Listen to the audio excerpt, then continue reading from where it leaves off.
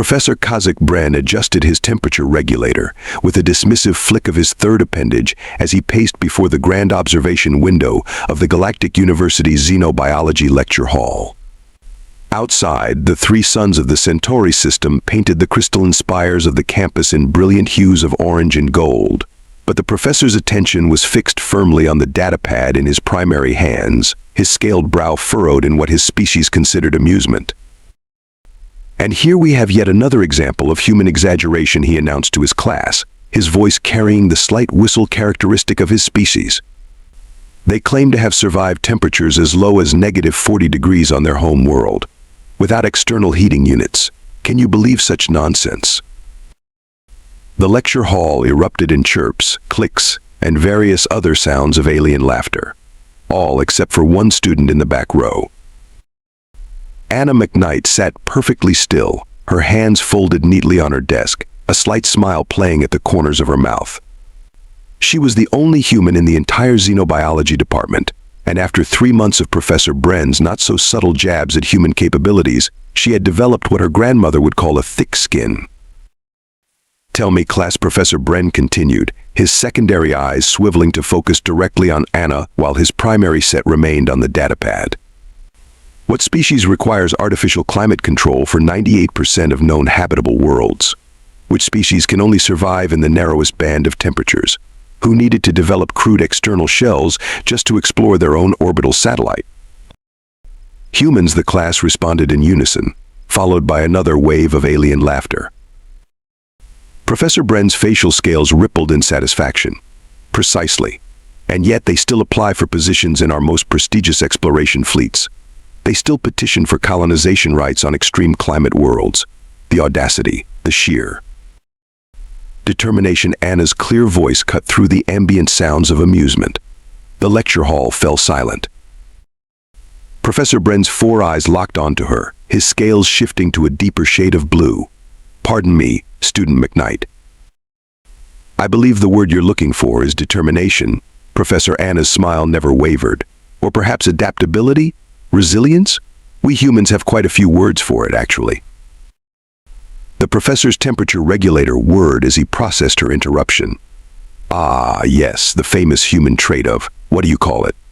Spunk, his mouth tentacles curled in what passed for a smirk. "Tell me, Student McKnight, have you ever personally survived in extreme conditions? Or are you simply quoting your species' rather creative historical records?" Anna stood up slowly, her chair making a soft scraping sound that seemed to echo in the silent hall. "My great-grandmother helped establish the first permanent research station in Antarctica. My mother currently leads geological surveys in the Siberian permafrost, and I—" She paused, meeting all 4 of his eyes with her steady gaze. "Spent every summer of my childhood learning traditional Inuit survival techniques from my father's family." Professor Bren's scales flickered briefly to a pale green, a sign of surprise he couldn't quite suppress, but he recovered quickly, his color returning to its professional blue. How charmingly anecdotal. "However, this is a scientific institution. We deal in provable facts, not family stories and primitive survival skills." "Then prove it," the words left Anna's mouth before she could stop them. The professor's secondary eyes blinked rapidly. "I beg your pardon." "Set up a test. A real one. Pick your harshest ice world, your worst conditions. Let me show you what primitive human survival skills can do." The lecture hall erupted in excited chittering and buzzing. Professor Bren's scales shifted through several colors before settling on a deep, authoritative purple. "Student McKnight, are you challenging my academic assessment of human capabilities?" Anna gathered her materials, tucking them neatly into her bag. "No, Professor. I'm offering you the chance to prove your hypothesis. Isn't that what real scientists do?" As she walked toward the exit, the sounds of her classmates' agitated discussions followed her. Just before the door, she paused and turned back. "Oh, and Professor? Humans don't just survive in extreme conditions. We thrive in them. It's kind of our thing." The door whispered shut behind her, leaving Professor Bren staring at the empty doorway, his scales now cycling through colors faster than his temperature regulator could adjust. In all his years of teaching, no student had ever dared to. This would require a response. A proper scientific response. His mouth tentacles curved into what humans would definitely not recognize as a smile. "Very well, student McKnight," he whispered to himself. "Let's put your primitive skills to the test." The next morning, the university's central amphitheater was packed to capacity. News of the confrontation had spread faster than a quantum transmission, drawing students and faculty from every department. Professor Bren stood at the center podium, his scales gleaming under the artificial lights, all four eyes scanning the crowd with obvious satisfaction. "Esteemed colleagues and students," he began, his voice amplified by the room's acoustic enhancement field. "We gather today to witness a momentous occasion in xenobiological studies, an opportunity to settle, once and for all, the question of human environmental adaptability." He gestured with his third appendage, and a holographic image of a planet appeared above the podium. Its surface was a swirling mass of white and pale blue, angry storm systems visible even from orbit. Behold, Frost 9. Average surface temperature -120 degrees. Wind speeds regularly exceeding 200 kilometers per hour. And the location of our upcoming survival trial. A murmur rippled through the crowd. In the front row, Anna sat with perfect posture, her expression neutral as she studied the hologram. "Our human student has graciously volunteered to demonstrate her species' supposed survival capabilities," Professor Bren continued, his mouth tentacles twitching with barely concealed amusement. "The challenge is simple. Survive for 10 standard hours while building a sustainable shelter. No modern technology allowed, beyond basic protective clothing." Laughter erupted from several sections of the amphitheater. A Venusian student 3 rows behind Anna leaned forward, their heat pods pulsing with mirth. "Hey human, need to borrow my thermal generator? Oh wait, that would be cheating." Professor Bren raised his primary appendages for silence. Now. Let's be scientific about this. In fact, to make things interesting, I'm opening this challenge to any student who wishes to participate. Show us your species' natural survival capabilities. The winner will receive an automatic outstanding grade in advanced xenobiology, and the satisfaction of proving their evolutionary superiority. The amphitheater erupted in excited chatter. Near the back, a group of Martian exchange students huddled together, their crystalline bodies reflecting light, as they whispered among themselves. Several Jovian students immediately signed up, their gas-based forms swirling with confidence.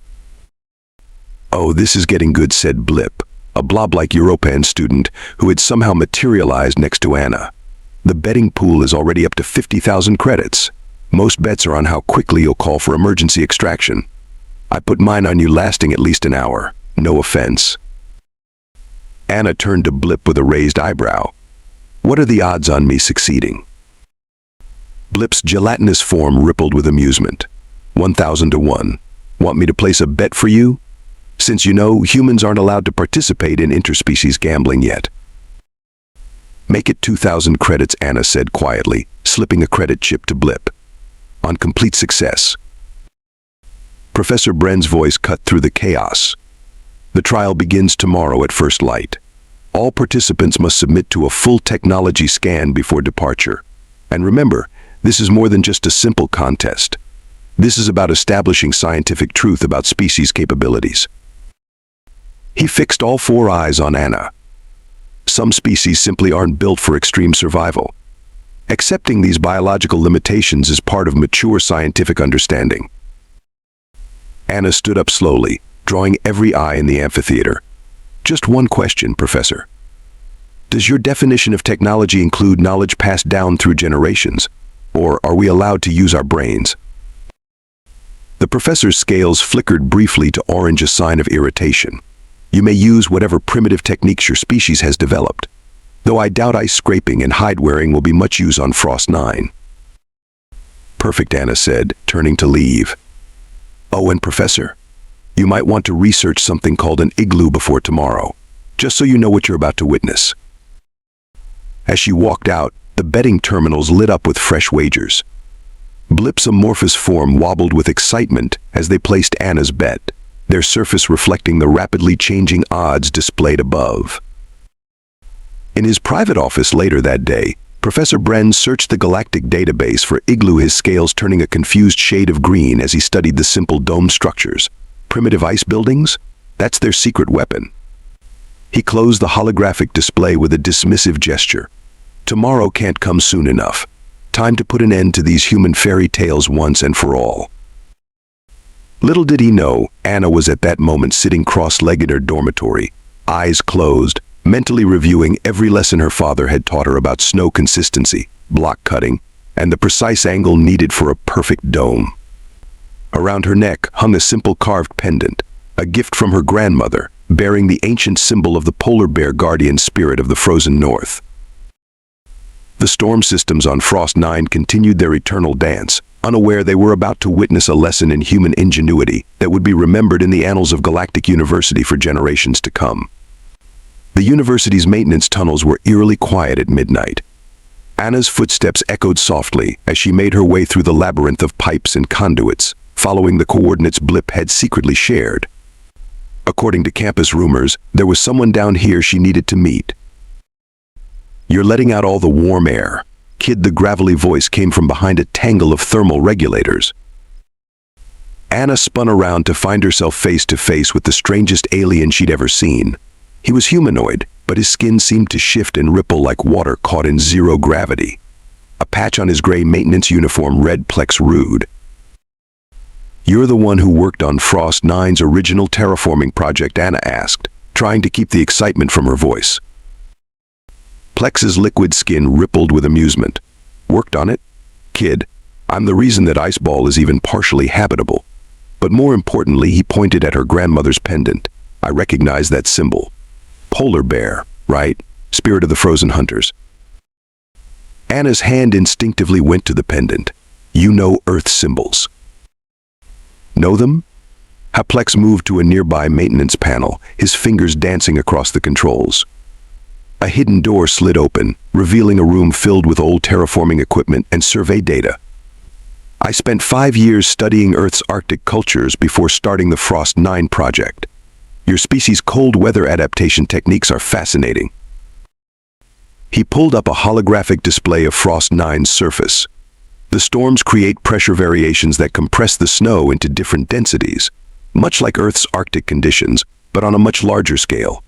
The trick is finding the right consistency for building blocks. Anna finished, studying the atmospheric data. "Like how my father taught me to test snow density by feel." Plex's skin rippled with approval. "Smart kid. But you'll need more than knowledge where you're going. Show me your block cutting technique." For the next 6 hours, Anna practiced with simulated ice blocks while Plex critiqued her form. His liquid body would occasionally stretch out to adjust her stance or demonstrate a more efficient cutting angle. "The wind is your biggest enemy out there," he explained, showing her weather simulation after weather simulation. "But it can also be your friend. The right shelter shape creates a vacuum buffer that actually strengthens the structure." Anna nodded, already sketching designs based on traditional Igloo principles modified for Frost 9's conditions. As the first hints of dawn crept through the maintenance tunnel's ventilation shafts, Plex helped Anna gather her allowed equipment: basic thermal clothing, traditional bone-cutting tools, and a simple rope measure. "One last thing," he said, his liquid form rippling with what might have been concern. "Why are you really doing this?" Anna paused in her preparations. "Because every time humans reach for the stars, someone tells us we don't belong there. That we're too fragile, too primitive, too limited. But we've been proving them wrong since we first looked up at the sky and dreamed." Plex's skin swirled with colors she couldn't quite interpret.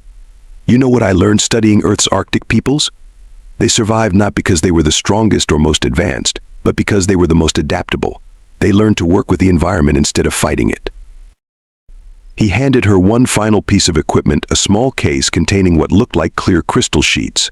Traditional Inuit snow goggles, modified for Frost 9's spectrum, completely analog technology, so they're legal for the challenge. The sheets are grown crystals, no different than what your ancestors carved from bone. Anna carefully packed the goggles. "Thank you, but why help me?" Plex's form settled into something resembling a smile. "Because in all my years studying alien species, I've never seen one with quite the same look in their eyes that humans get when someone tells them something's impossible." He checked the time display on the wall. "You should go. The transport leaves in 20 minutes. As Anna hurried through the tunnels, Plex called after her. "Oh, and kid, when you're picking your spot for the shelter, remember what your people always knew: sometimes the best place to build isn't where there's the least snow, but where it gathers naturally." Back in her quarters, Anna quickly changed into her thermal gear, the simple, approved type that would keep her from freezing instantly, but offered no extra advantages. She looked at herself in the mirror, touched her grandmother's pendant for luck, and whispered an old Inuit prayer for guidance. Her personal communicator buzzed a message from Blip Odds, now 2,000 to 1. Half the faculty betting on emergency evacuation in first 30 minutes.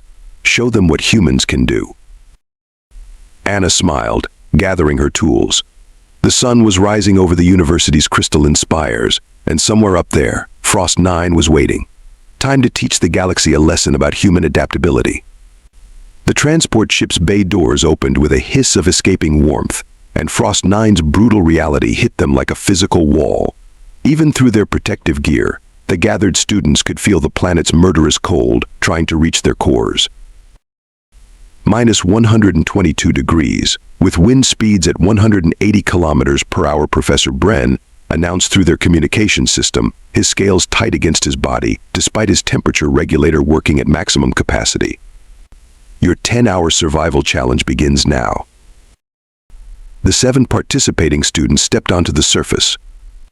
Besides Anna, there were 2 Jovians, their gaseous forms already contracting against the cold, a Martian crystalline being who immediately started to crack in the temperature shift, 3 Venusians whose heat pods were radiating enough energy to melt the snow around their feet, and 1 very nervous-looking Europan who was already starting to solidify around the edges. 10 credits, says the human cuts and runs in the first 5 minutes, one of the Jovians transmitted, their gaseous form wavering in the wind. Anna ignored them, focusing instead on the snow beneath her feet. She pulled out a simple bone tool and dug down, testing the density and consistency of different layers. Plex's voice echoed in her memory: "Find where the snow gathers naturally." The observation drone circled overhead as she worked methodically, documenting her every move for the eager audience watching back at the university. Professor Bren's voice crackled over the comm: "Student McKnight appears to be playing in the snow. How characteristic of primitive survival techniques." But Anna wasn't playing. She was reading the landscape like her father had taught her, finding the spot where the wind patterns would work with her shelter instead of against it. There a natural depression where the snowdrifts showed the right consistency for cutting blocks. She took out her measuring rope, working quickly but carefully to mark out the precise spiral pattern needed for a proper igloo. The bone saw, carved to exactly the same specifications as the ones her ancestors had used for generations, bit into the snow with practiced precision. "Look, it's trying to cut the snow into shapes," one of the Venusians commented, their heat pod flickering with amusement. "How quaint." The first block came free, perfect density, perfect angle on the edges. Anna's hands moved with practiced efficiency, placing it exactly where it needed to go. The second block followed, then the third, each one slightly angled inward to create the beginning of the spiral. 2 hours in, the Martian student had to be evacuated, their crystalline form showing dangerous fracture patterns. The Europan followed shortly after, nearly frozen solid.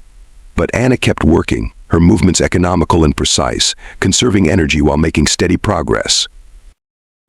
The blocks rose in a perfect spiral, each one locked to its neighbors by the precisely carved angles. The physics was simple but perfect, each block supported by the ones before it, the weight distributed exactly right to create a self-reinforcing structure. "Fascinating," Professor Bren muttered, forgetting his comm was still broadcasting. "The primitive technology is actually showing signs of geometric sophistication." 3 hours in, the Venusians had to combine their heat pods just to maintain basic functions. The Jovians were having trouble maintaining their form against the increasingly violent winds. But Anna's growing structure was already providing her shelter from the worst of the storm. "Notice how she's not fighting the wind," Blip commented from the observation station, their blob-like form pressed against the viewport. "The shape of her structure is actually using the air currents to strengthen itself." The key block came next, the one that would lock the entire dome together. Anna paused, taking a careful breath. Her father's voice seemed to whisper in her ear, "Patience, little bear. Let the snow tell you what it needs." perfect precision, she lifted the block into place.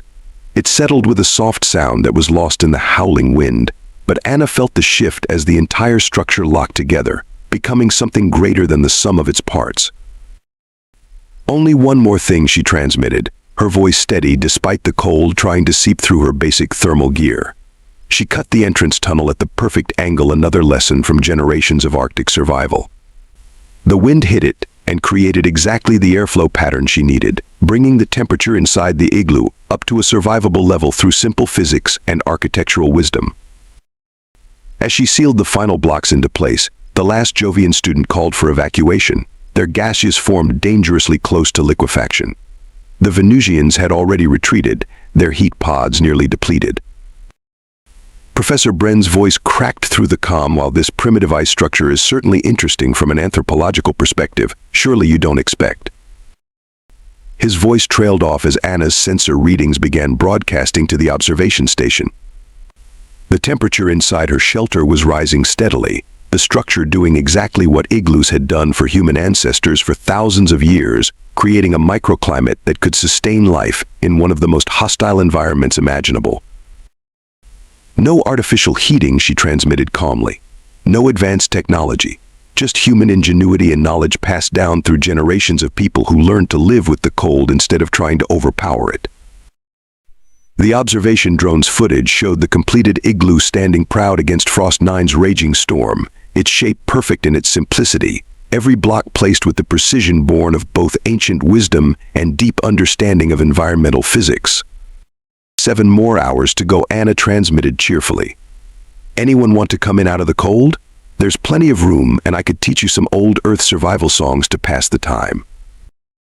The silence on the comm channel was broken only by the howling of the wind and what sounded suspiciously like Professor Bren's temperature regulator having a nervous breakdown. The storm hit without warning. Not the regular winds of Frost 9, but something far worse. The observation station's sensors screamed as readings shot off the charts. Category 6 polar storm approaching, the automated system announced. "All personnel must evacuate immediately." Professor Bren's scales turned ash gray as he watched the massive wall of ice and wind approaching on the sensors. Emergency protocol activated. All students returned to transport vessels immediately. But the transport ships had already sealed their doors, their pilots unwilling to risk the engines in such extreme conditions. The remaining 3 Venusians huddled together, their heat pods barely functioning. The 2 Jovian students, their gaseous forms now dangerously unstable, drifted helplessly in the strengthening winds. Professor Anna's calm voice cut through the panic on the comm channel. "My shelter can hold more than just me. Send them here." "Absolutely not. A primitive ice structure cannot possibly." "With all due respect," Professor Anna interrupted, "your temperature regulator is about to fail. I can hear it from here. The storm will last at least 2 hours according to the sensors. We can either work together or we can all freeze separately. Your choice." The first blast of the storm hit the observation station, making the reinforced walls creak. Professor Bren looked at his students, then at his failing temperature regulator, then at the simple ice dome standing strong against the worsening conditions. "All students proceed to Student McKnight's shelter," he transmitted, his mouth tentacles curling around the unfamiliar concept. Observation team preparing for emergency. The transmission cut off as the station's external communications array froze solid. Anna stood in the entrance of her igloo, using her body to block the wind as the Venusians half stumbled, half crawled inside. "Huddle together near the back wall," she instructed. "Your heat pods will work better in here." The Jovians drifted in next, their gaseous forms immediately beginning to stabilize in the shelter's microclimate. Last came Professor Bren, his scales practically gray with cold, his temperature regulator sputtering and whining. "This is most irregular," he managed, all 4 eyes blinking rapidly against the wind. "Less talking, more moving," Anna said, guiding him inside before sealing the entrance with a precisely cut snow block. "Now, everyone find a spot and stay still. Body heat, or whatever passes for it in your species, will help raise the temperature even more." The professor watched in bewilderment as the temperature readings on his partially functioning scanner began to rise. But this defies all known principles of xenobiological adaptation. a species with no natural cold resistance, creating a survivable environment in these conditions, using nothing but frozen water and primitive geometry. We call it working smarter, not harder, Anna said, checking on the Venusians, whose heat pods were already beginning to function more efficiently in the protected space. Humans figured out a long time ago that you don't always need fancy technology to solve problems. Sometimes you just need to understand how nature works and use it to your advantage. The storm raged outside, but inside the igloo, something remarkable was happening. The Jovians found they could maintain their form without constant energy expenditure. The Venusians' heat pods began recharging slowly. Even Professor Bren's scales started to return to their normal blue coloration. "Tell me, Student McKnight," the professor said quietly, after a particularly loud blast of wind made everyone huddle closer together, "where did you learn to build this structure?" "My father taught me, just like his father taught him," Anna replied, adjusting a snow block that had shifted slightly. "But really, I learned it from thousands of years of human history. Every culture that lived in cold climates figured out similar principles, how to work with the environment instead of against it." Professor Bren's secondary eyes focused on the perfectly curved walls, while his primary set studied his scanner. The engineering principles are fascinating. The angles, the weight distribution, the way it actually gets stronger as more snow builds up outside. "That's the beauty of it," Anna said. "It's not about conquering the environment. It's about becoming part of it, understanding it, respecting it." One of the Jovian students, their gaseous form now stable enough for communication, spoke up. "So when humans say they can adapt to any environment, we don't mean we can overpower it," Anna finished. "We mean we learn from it. Adapt to it. Find ways to survive not by being the strongest, but by being the smartest." Through a small viewing hole, they could see the storm beginning to ease. The observation station's lights flickered back on in the distance. But Professor Bren didn't immediately call for evacuation. Instead, all four of his eyes were fixed on his data pad, where he was rapidly making notes. "Perhaps," he said slowly, his scales shifting to a thoughtful shade of green, "we have been approaching the study of species adaptation from the wrong angle entirely. It seems there is much we could learn from primitive survival techniques." The Grand Assembly Hall of Galactic University had never been so packed. Students and faculty from every department crowded the space, their varied forms creating a living rainbow of colors, textures, and atmospheric effects. The buzz of excitement was almost tangible. On the central platform, Professor Kazik Bren stood before the assembled crowd, his scales a humble shade of blue-gray. Behind him, a holographic display showed footage from the Frost 9 challenge, focusing on a simple ice dome standing strong against one of the harshest storms ever recorded on the planet. "For 300 years," he began, his voice carrying clearly through the hall, "I have taught that species adaptation can be measured purely through technological advancement and biological capabilities. Today I stand before you to admit I was wrong." The hall erupted in surprised murmurs. Professor Bren was legendary for never admitting error in his scientific assessments. "Student McKnight," he continued, gesturing to where Anna sat in the front row, "has demonstrated that true adaptation comes not from overwhelming an environment with technology, but from understanding and working in harmony with it." The holographic display shifted to show thermal readings from inside the igloo during the storm. Using nothing but frozen water and geometric principles, a member of what we considered a limited species created a survival shelter that not only protected her but also saved the lives of 6 other students and myself. Blip, sitting beside Anna, wobbled with barely contained excitement. "Wait until he announces the betting pool results," they whispered. The odds calculations nearly burned out 3 quantum computers. Professor Bren's scales shifted to a more formal shade of purple. "In light of these findings, the Xenobiology Department is establishing a new research initiative, the Center for Traditional Survival Technologies. We will be studying the adaptation techniques of all species, with a particular focus on methods that demonstrate harmony with extreme environments." He paused, all 4 eyes focusing on Anna. "And I am pleased to announce that our first research fellow will be Student McKnight, whose demonstration of human adaptation capabilities has forced us to reevaluate our entire understanding of species classification." The applause was thunderous. Near the back of the hall, a familiar liquid form rippled with satisfaction, Plex Rude watched as his former employers from the Frost 9 terraforming project approached Anna with offers to consult on new colony designs. Furthermore, Professor Bren continued once the noise had died down. The Galactic University Board has approved a new addition to our survival training facilities. Thanks to a generous donation from the betting pool proceeds, we will be constructing a cold weather survival training center, featuring traditional techniques from various species. The centerpiece will be a permanent demonstration area for what we now call the Meknite shelter system. Anna touched her grandmother's pendant, thinking of all the generations of knowledge it represented. In the crowd, she spotted several human exchange students clutching admission letters to the xenobiology department, their faces shining with pride. Professor Bren's scales shifted through several colors before settling on a warm gold. But perhaps the most significant outcome of this experiment is not scientific at all.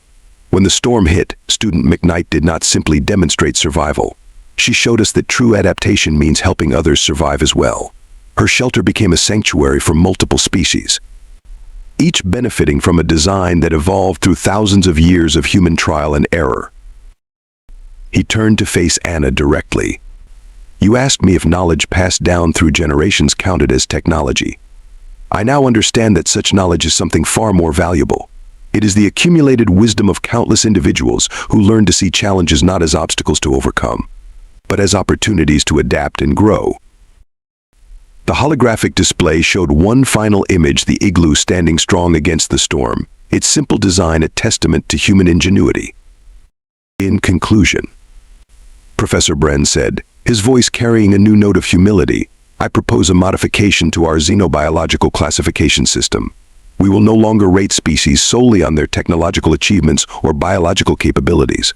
Instead, we will consider their ability to adapt, to learn, to work with their environments, and most importantly, to share their knowledge for the benefit of all." As the assembly hall erupted in applause, Anna felt a tap on her shoulder. Blip handed her a credit chip, their blob-like form quivering with amusement. 2,000 to 1 odds, they whispered.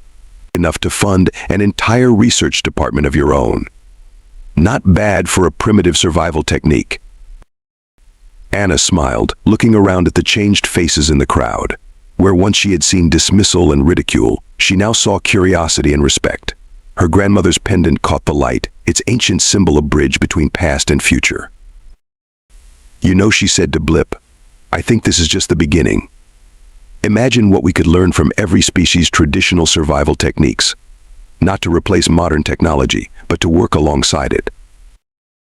As the assembly hall buzzed with excited discussions about the future of xenobiology, a new message appeared on the university's announcement board, now accepting applications for cross-species survival technique exchange program. All traditional knowledge welcome. The era of human adaptation had begun, not with a show of force or technological might, but with a simple ice dome and the timeless wisdom it represented.